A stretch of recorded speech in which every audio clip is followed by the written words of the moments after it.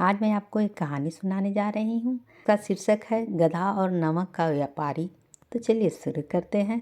एक छोटा व्यापारी था, उसके पास एक गधा था। वह प्रतिदिन गधे पर सामान रखकर गांव-गांव सामान बेचने जाता था।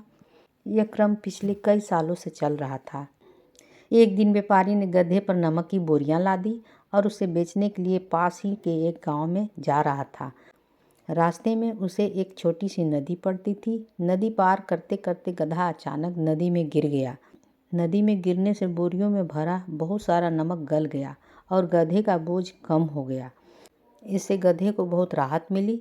गधा समझ गया कि नदी के पानी में गिरने से बोझ कम हो जाता है। व्यापारी दूसरे दिन फिर गधे को लेकर नमक बेचने उसी मार्ग से निकला।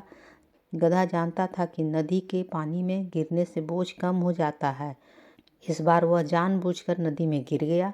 पिछली बार की तरह इस बार फिर कुछ नमक नदी में बह गया और गधे का बोझ कम हो गया। गधे की यह हरकत देखकर उसका मालिक समझ गया कि गधा जानबूझकर यह सब कर रहा है।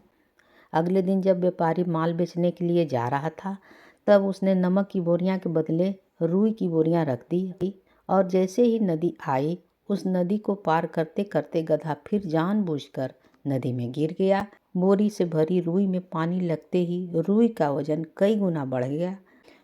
गधे को उठने और पानी से निकलने में बहुत ज़्यादा मेहनत करनी पड़ी।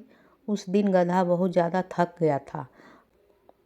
अब गधे को अपनी गलती का एहसास हो गया था। उसके बाद से गधे ने नदी में बैठना बंद कर दिया।